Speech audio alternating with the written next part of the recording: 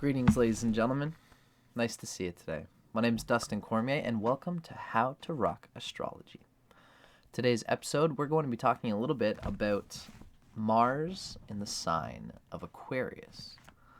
I'm going to do my own sort of freestyle reading, and then I'm going to read from one or two different source texts just to give us a little bit of a rounding out of my own interpretation. For anybody who is interested, this is a whole series, a continuation of a series talking about Mars and all the signs, as well as Mars in combination with the sun signs. So if you enjoy how I talk about your Mars here, look further in this series and you can find your Mars in combination with your sun sign and how they interact with each other. So I'm going to go through my own spiel on this sign combination first. I'm a tropical Vedic astrologer. My roots are in Western astrology, but I have recently been expanding my knowledge through the old ancient Vedic way of interpreting a horoscope. But I still use Western measurements, right? The signs change on like the 20th of the month, right? If you are a Scorpio, you're born between October 20th and November 20th. I don't change the signs back 24 degrees like other Vedic astrologers, but I digress. So I always try to add my own spin on what is essentially a bit more of a Western framework for this reading.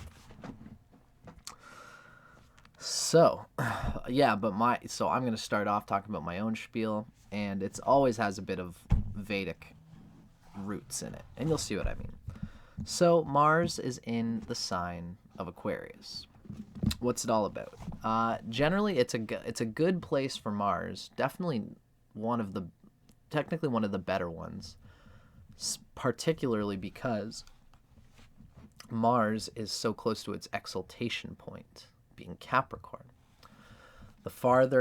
When Mars gets closer to Cancer, debilitation and exaltation work by proximity. If you're in close proximity to Cancer, then your Mars is going to be taking things personally. It's going to try to expand and leans on its feelings and its reactions and its personal self, the emotional self, to get its aggressive, objective, logical mind addressed and worked through.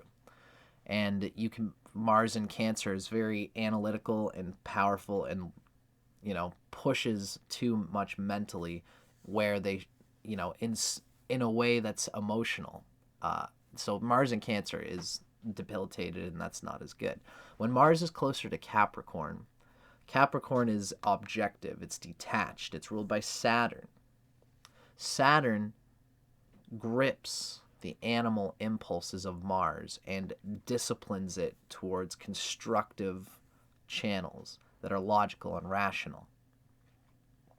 So this is part of the reason why Mars is exalted in Capricorn. Consider that a little tidbit of information that's teaching you about what's going on here. Mars is exalted in Capricorn because the animal impulse of Mars, which is such an internal unfolding, and it's like, each one of us is an infinite echo chamber of will that we can apply, and that's through our Mars.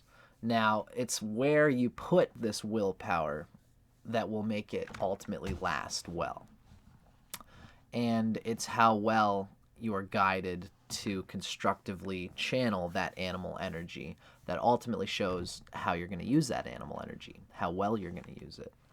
Now, in the sign of Aquarius, it's dumbed down, but it's strong and concise in the right way, because Saturn rules Aquarius in the ancient Vedic sense of things.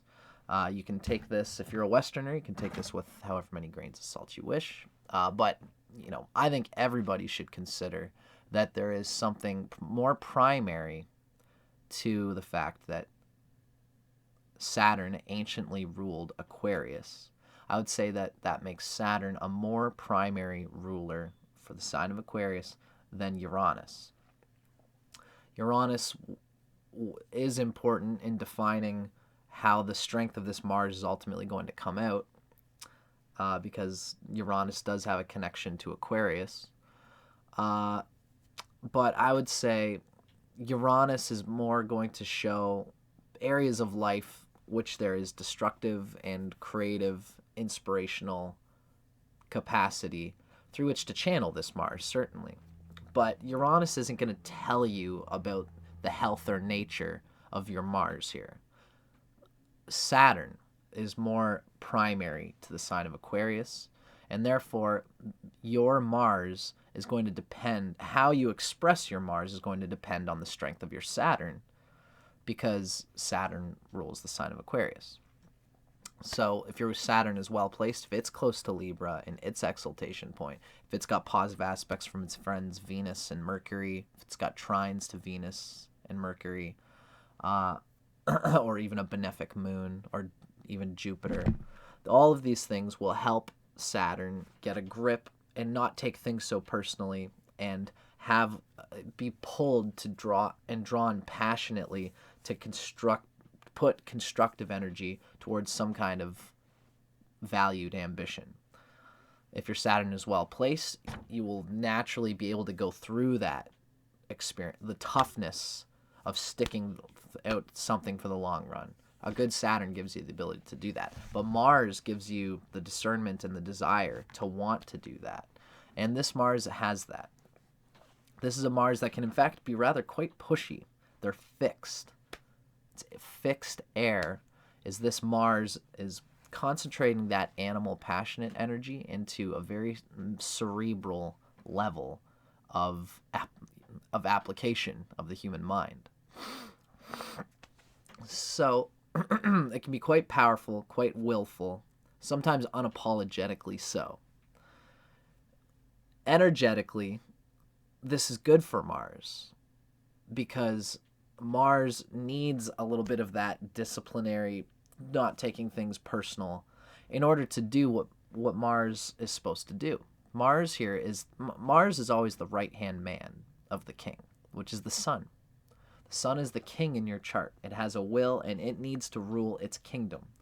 And if the Mars and the sun are not in cohesion, then the king, you can have all the desires and all the big egotistical, grip, the desire and ambition to get somewhere, to become the person that you want to be. But if you don't have the Mars, the general, if the general's not listening to the king, then there's always going to be this weird, the king is always going to be disappointed, and you're always going to be left wanting for how well you expressed whatever it is that your sun is. Even if you have a good, well-placed sun, Mars is a critical part in getting that through. Now, that being the case, this is a Mars which is rather pushy, rather willful, can move people around and tell people to go places. But it's not like, you should look to your Venus and your moon to see whether this pushiness is going to translate as an overbearing lack of empathy, which it could. But, you're not going to define how empathic a person is through their Mars and their sun, because those are masculine, expressive, projecting planets. You can have somebody who's empathic, but who has a good sun and a Mars, which means they're empathic, but they're still going to say, this is what I am. They got their chest out, they're confident, their shoulders are rolled back, and they have a meaningful, purposeful application of their will to apply. And if you're in the way of their will, if somebody with a strong will like you with Mars and Aquarius, if you have a strong Venus and a strong moon and a good Mercury, you know how to communicate, and you know the value of all these things, then you're not just going to burn out your relationships. You're not going to use this willful Mars in a way that's going to compromise your relationships, unless, this Mars in Aquarius is opposite your 7th house ruler or something like that, or opposite your Venus or something of this nature, opposite your moon even. So if you have well-placed feminine planets, receptive planets, empathic planets, then you won't be so unempathic in the way that you use your Mars in Aquarius to push things around. So this is a Mars in Aquarius that can be quite useful. You know, there's times when you're in group projects, you might have found since you were young that somebody, you know, a bunch of kids are hanging out and it's like, you know, what do you guys want to do? Well, we could do like nothing. But it's, you know, the Mars and Aquarius person might find themselves saying, well, we've got to do something. Or it's like, you know, a better case is like if you're in a group project, you got delegated to be in a group of 4 people. And it's important to you, important enough that you want to get this schoolwork done. And everybody else wants to get it done too, even though nobody really wants to do it. Mars in Aquarius is the person who says, well, I have lots that I do want to do, and here's some stuff that I want to get out of the way. I don't exactly want to do it, but it's something that we need to get done before we can go out and play and have recess. This is Saturn. What do you have to do, Saturn, before you can do what you really want to do? So, you know, Saturn has this consciousness which says, okay, guys, we have a great capacity, all of us together here, to do this project. So let's just do it. And any of us could, you know, I'm not being a leader or anything like that, but, you know, I mean, Becky, if you want to go and, if you go get the pencil crayons for us, you know, I'll go get the paper. Maybe Johnny can go and get the pencil sharpener. We'll all come back here in 2 minutes and we'll start making these, we'll start drawing our chickens or whatever it is that we're drawing, right? Okay, everybody break. And anybody in this little circle can go, you know, who put you in charge? Whoa, okay there, Mars and Aquarius. Like, relax. We're all going to do that. We're all going to get there anyway. So this is, you know, this Mars having this, it's a two-way street that is ultimately, it's almost like 2 steps forward, 1 step back, 2 steps forward, 1 step back. But it's going quite sternly forward in a positive way, this Mars and Aquarius, where you're going to eventually learn how to maneuver people around you and close to you. You're going to be able to maneuver collective group consciousness towards collective necessary ideals and objectives. And your whole existence is living through this, depending on what your Mars is. You know, if Mars is your 10th house lord, like if you are, let's see, you know, Cancer. If you're Cancer rising, your 10th house cusp falls in Aries. That means Mars is going to channel your 10th house, your career, and what you do with your life. Now, this Mars being in Aquarius would be kind of like the 8th house of Cancer. So, you know, this Mars here would be then the whole career of this person is coming through this Aquarius collective capacity to delegate collective goals and things. And so your whole job will involve directing people like that, you know. But let's say instead of this, flip it around, you're a Capricorn rising, and Aries now rules your 4th house. So now this Mars in Aquarius, which would be in, you know, the 2nd house, now this Mars in Aquarius with this pushing people and delegating things, that's how you're going to apply yourself to your living, your domestic reality, your home, 4th house. Because in this case, if you're a Capricorn rising, Aries, let's say the 4th house cusp falls in the sign of Aries. That means Mars is the dispositor of the 4th house cusp. And therefore, you as a Capricorn are going to use your Mars, that aggressive maneuvering power. It's going to be in Aquarius, and so it's going to, that delegating, that group collective thing that you do is going to be in how what you do to get happy. It's how you're going to apply yourself to be happy while you do what Capricorn rising does. I digress. The point is that this Mars, while it's willful and can be over willful, generally Saturn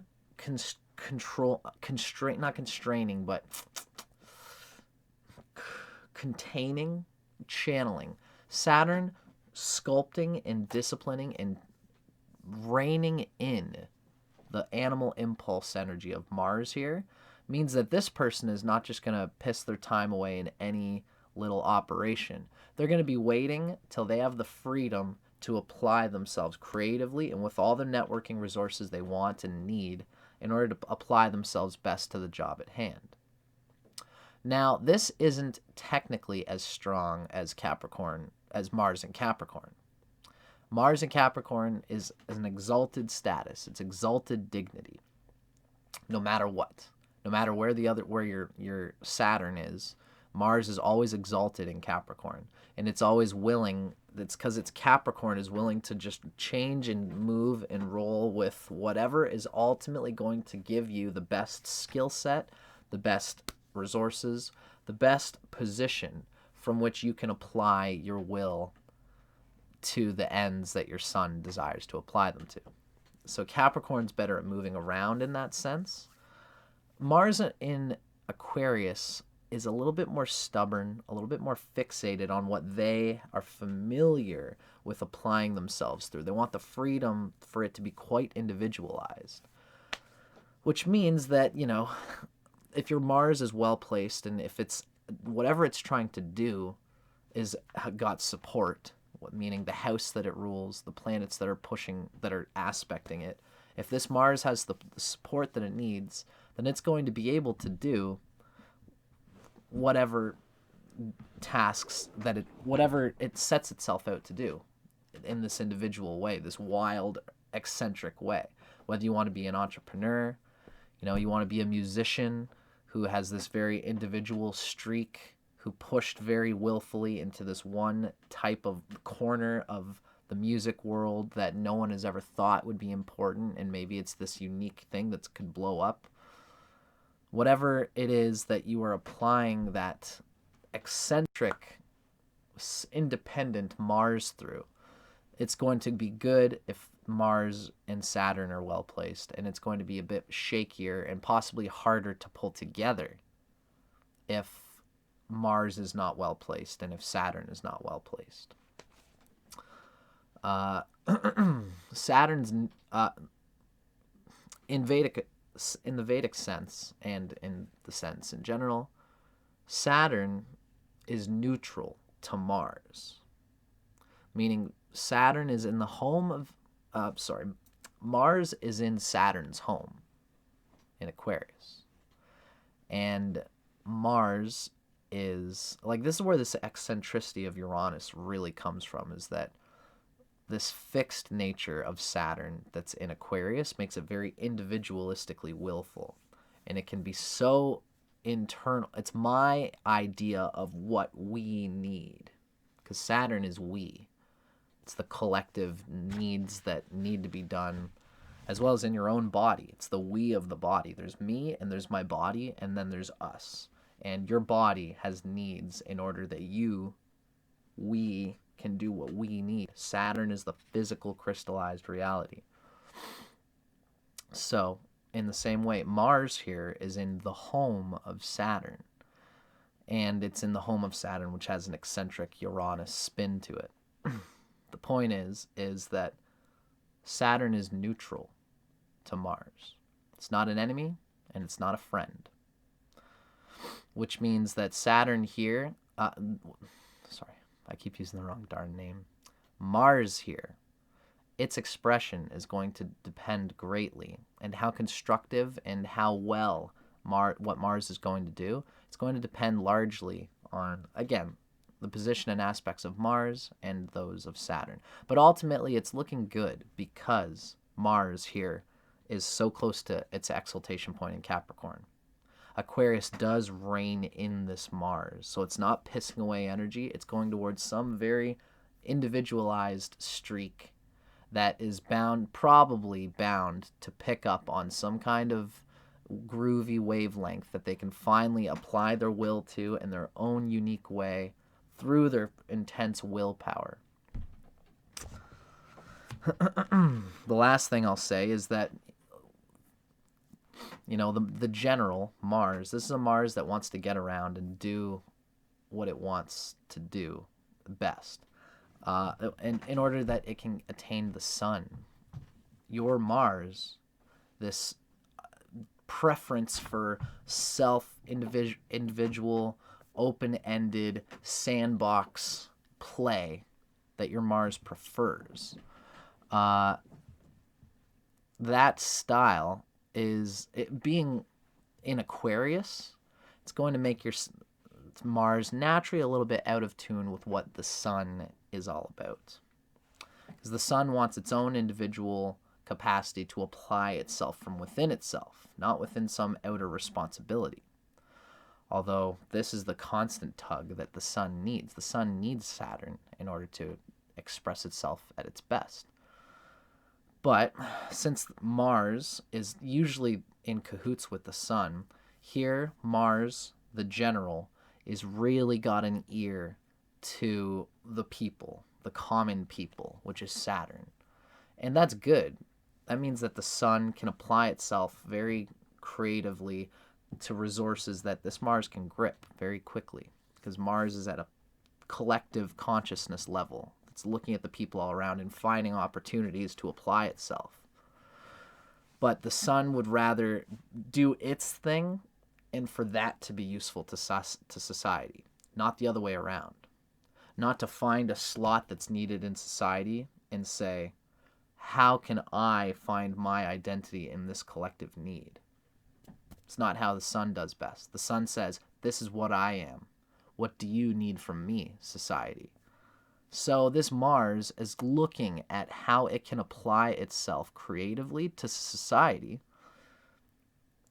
It just, you got to, and that's a great thing, because you can find a surefire grip on something that will be useful to somebody, and you will find a stage, a platform for the expression of your sun, because whatever you ultimately do for society through this Mars, it will be you. It will be your sun, especially if your sun is well placed. If your sun is really well placed, if it's close to Aries, if it's got support, then no matter what opportunity this Mars digs up, it's always going to still have a piece of you in it. In any case, you have to find this balance between the self that wants to have creative self-expression for its own sake, the sun, and Mars, which wants to find a useful, practical, reliable thing, so that the Mars can always constantly find better opportunities with which to express the sun, the individuated self that you are. The individual streak of this Mars does also help you. You're willing to wait until there's an opportunity where you can do a very individual thing. It's just that you don't want it to be you don't want to be too fussy about it. At some point, you've just got to grab a social collective need, some kind of job, some kind of opportunity that's there, and just roll with it for a little bit until you find the one that allows you to have that sun to come through. But I digress. In any case, look to your sun sign, and the video is coming. Look to your specific sun sign to see whether your sun sign, it could be like if you got the sun in Virgo, that can jive pretty well with Mars in Aquarius, because the Earth and air, believe it or not, actually work really well. Mercury and Saturn are best friends. So I digress. We'll get there when we get there.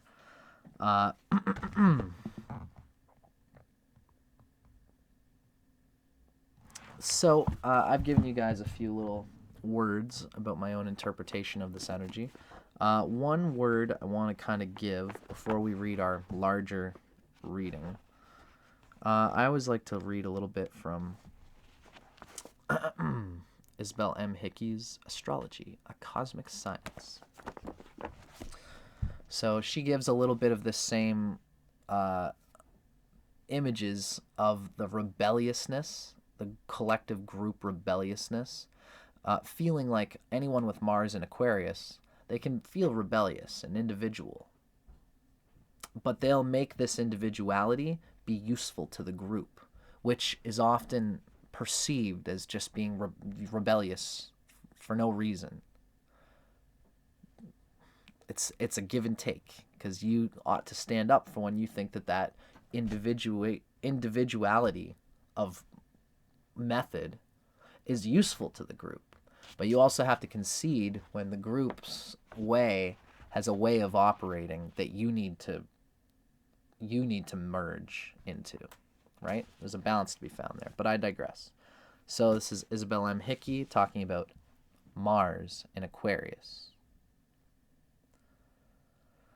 The airy influence of Aquarius tends to cause Mars to expand his force in intellectual pursuits. Mars in Aquarius gives more freedom than Mars in Capricorn, but it's not as cautious. And Mars in Aquarius here can be very quarrelsome and contentious, especially if it's afflicted, if it's got other planets that are hitting it in the wrong way. If this Mars is actually with Saturn in Aquarius, then it'll have problems with authority. If this Mars is being, like Mars, one of Mars's worst enemies is Mercury. So if this Mars has Mercury conjunct it in the sign of Aquarius, then they'll be way too rational, way too mental minded, and they won't act on their Mars, and they'll just push energy into mental realities that don't mean anything. Like this is like somebody who can take the grammar police role like way too heavy, just getting completely upset and mad over someone just because they won't say the word champagne right. This is a person who's like, it's not champagne, it's champagne. And then everyone's like, okay, calm down. Mars in Aquarius with Mercury conjunct Mars. So anyway, that's what it means by afflicted. If you have an afflicted Mars in any way, if any planet is aspecting it in an unseemly way, then it will reduce Mars's ability to be cool and keep a cool tool in moments where it should keep it cool. Mars in Aquarius is independent, aggressive, and enterprising. They gain friends through merit and ability. Aquarius, so that's like, at the same time that Mars gains the qualities of Aquarius by being in Aquarius, each sign is also an energy field unto itself.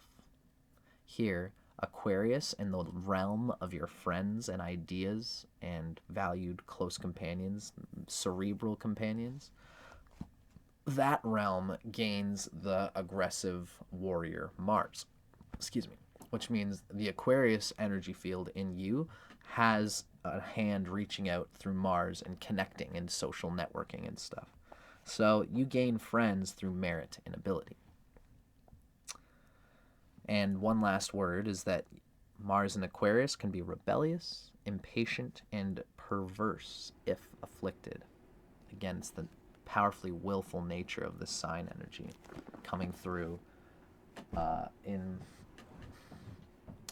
perverse ways if it is allowed to be done so without being in check with reason, with empathy especially.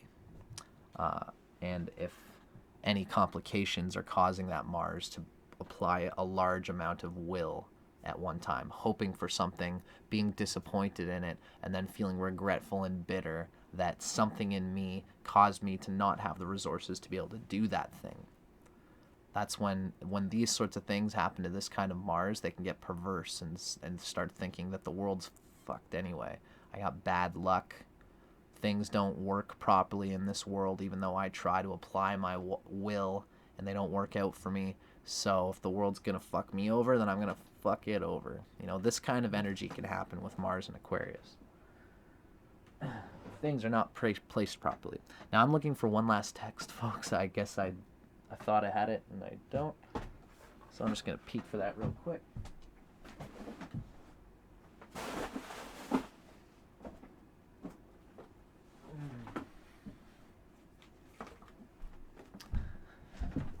Knew I had it somewhere. So everything we've read so far, or everything we've talked about, is just kind of me getting a general idea of Mars and Aquarius. Now, for our last reading, we're going to read a little bit, because this whole series I've been talking about how, Mars is actually a very earthy planet, and this whole series I've been trying to express how this Sun and Mars energy is going to unveil itself through the alchemy of sexuality. and sexual relating. Especially with Mars, because Mars is such an applied external energy. It's not the who we are, like the moon or the sun or any planet. Mars in particular expresses the how. So that's why in this last little reading, we're going to get into erotic astrology, the sex secrets of your horoscope revealed by Phyllis Vega. And if you're interested, the latter part of this video series, I go into more examples of your Mars sign, Aquarius, intermixed with whatever your sun sign is, if you're into it. So this is our final reading for today. This is Mars in Aquarius in the bedroom.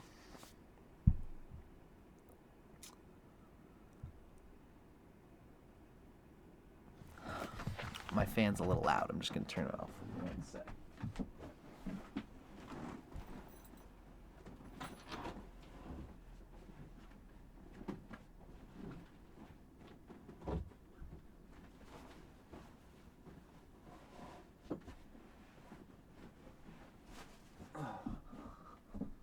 Helped a little bit, but whatever. Okay. It's the erotic nature of Mars in Aquarius.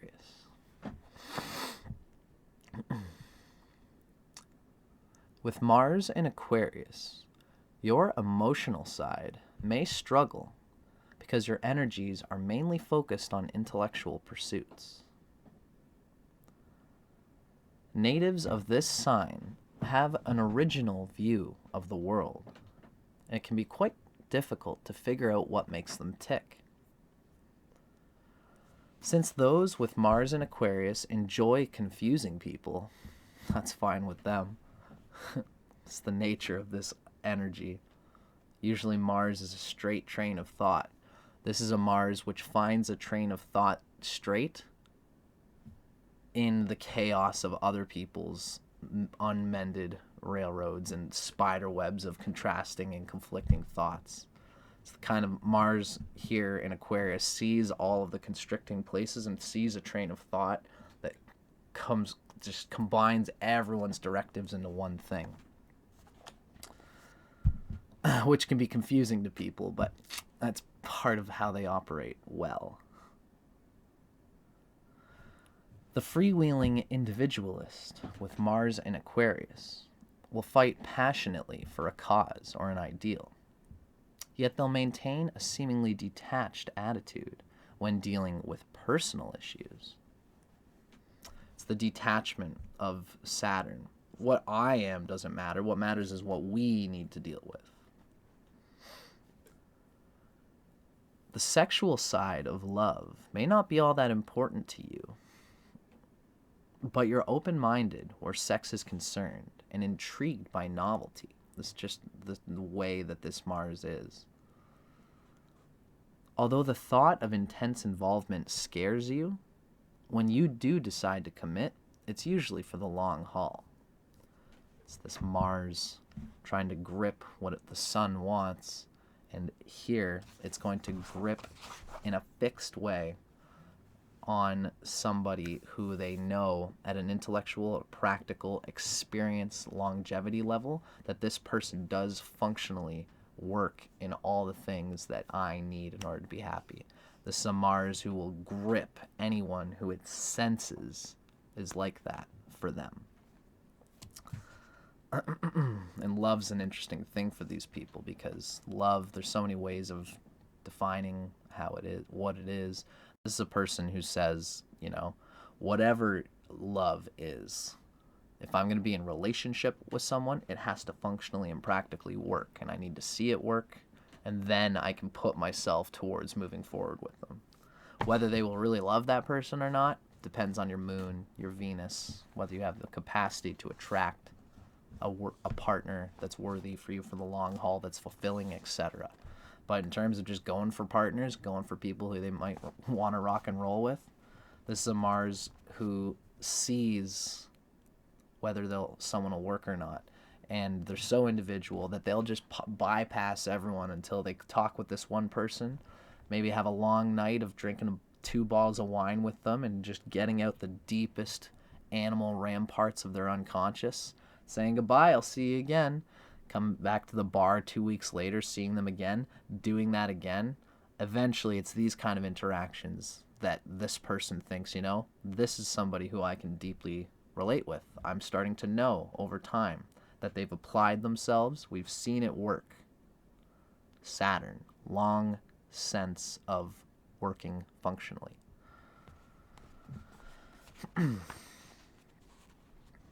So, for someone with Mars in Aquarius, especially for women, because anyone who identifies as female tends to have a fascination at a deep, passionate, sexual, fortifying security level.